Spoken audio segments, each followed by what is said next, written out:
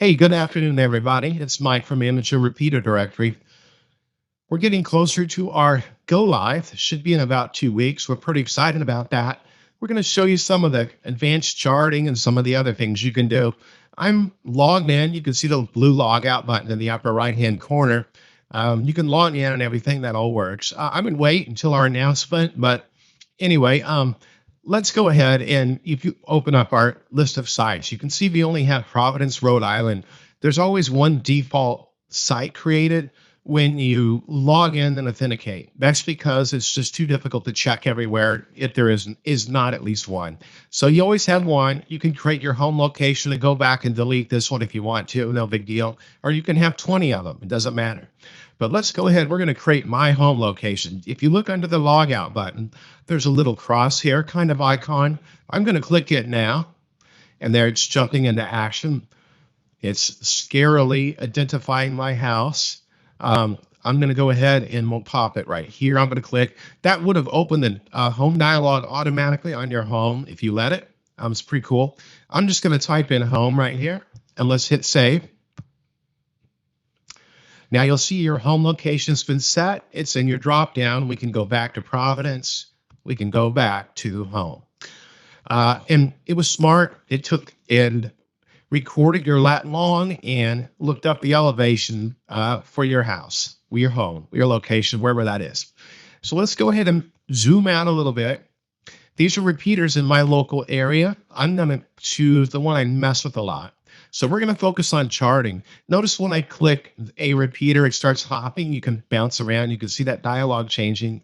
This is a repeater I think is cool. I use it a lot. The nets on there are really good. It's very active. It has an amazing ham radio community around it. So let's go ahead and chart it. If you notice on this little dialogue here, in the middle, there is a line of sight button. I'm going to click that now. And that pulled up a really cool whiz-bang chart. Now I'm sitting on an iPad, and it's cool. This is really just a website, but it works really well, even down to the phone. It's very responsive. Now you can't do the charting on the phone because honestly, the screen's ridiculously small to try to do this on there. I mean, we could try, but it would be useless. So that icon is available on the phone. Anyway, what are we looking at? You can see there's underneath the blue elevation, the blue terrain is shown there, the mountains, the hills, the peaks. And you'll see that there's a curve of the earth there. We show that, which is really nice. That comes into play on the longer charts where literally something could fall out of your line of sight just because of the curvature of the earth. So let's look at things. So I click over here. You'll see that basically the repeater is sitting on elevation because your home location, let's click that, is over here. Notice it says line of sight 52 feet. That was basically the height of the home location I put in. I told you earlier, look that up. Now on the right side is the repeater. So at 193 feet the repeater is sitting on top of that piece of land. But let's click up here. The repeater, if I click on that, is at 643 feet. That's because if you look up underneath the header of the chart, you'll see it's a 3-star rating up there. Look on that second row that's not bold. You'll see repeater AGL 450 feet. That's the above ground level of that repeater, meaning sitting on top of the earth, it's another 450 foot high. And that is how high the tower is. It's pretty cool.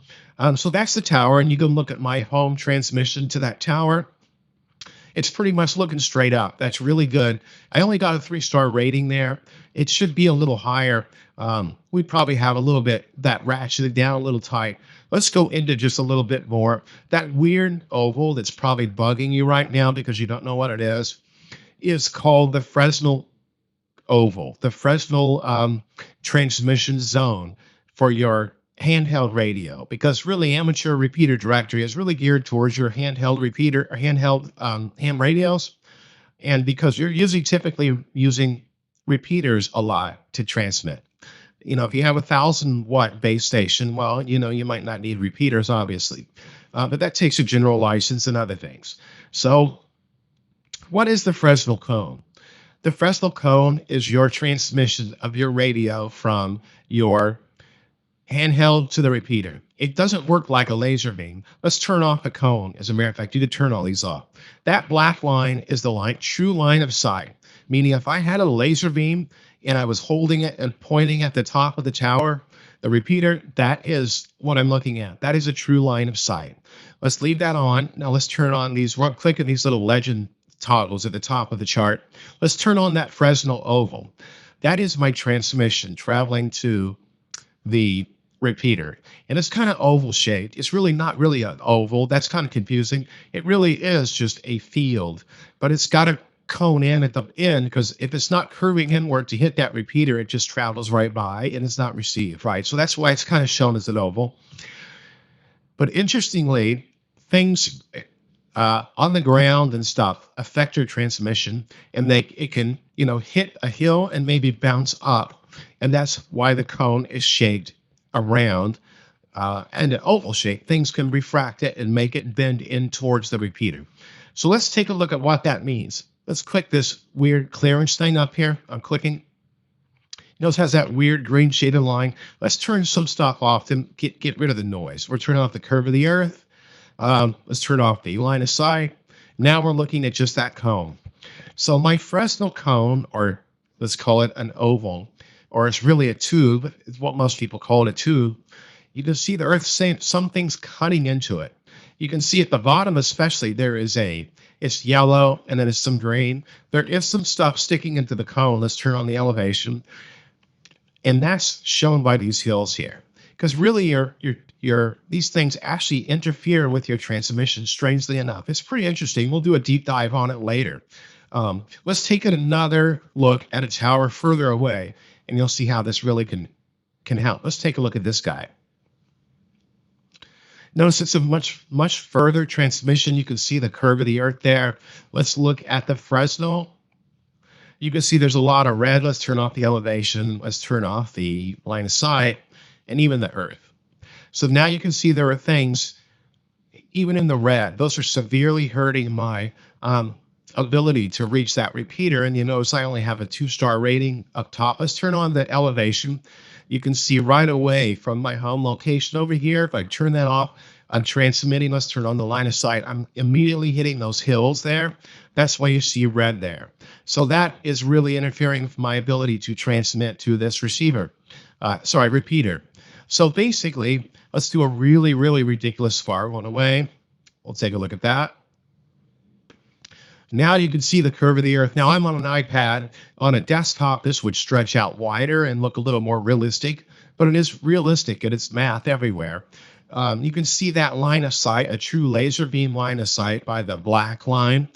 I'd have to be looking right through the earth to hit this repeater. You can see it's rated 1 star. It's 81 miles away, and that repeater is only sitting at, 242 feet. So there's just no way with the drop of the earth at that rate that I'm going to see that, and plus all those hills you can see. So it's really interesting. Now, what does that do for me? Well, what we can do is you can click on your home location, which is the red node there, and you can say, chart all my repeaters in the line of sight for me at, let's say, 400 miles out. And what it'll do is it'll give you a rating on all those nodes and tell you which ones have a 3 or 4 or 5-star rating, which means you have a really good chance of hitting this repeater. Because remember, it's not just distance. A handheld radio can transmit almost infinitely if there's nothing in its path. So you might have, and there are, like this repeater tower right here. Let's chart this. Look at this guy. I actually thought this was wrong. See this tower? It's at 1,332 feet, including the earth. But if you look up here in the header of the chart, it says repeater AGL in the below min clearance in the bold up there on the chart header.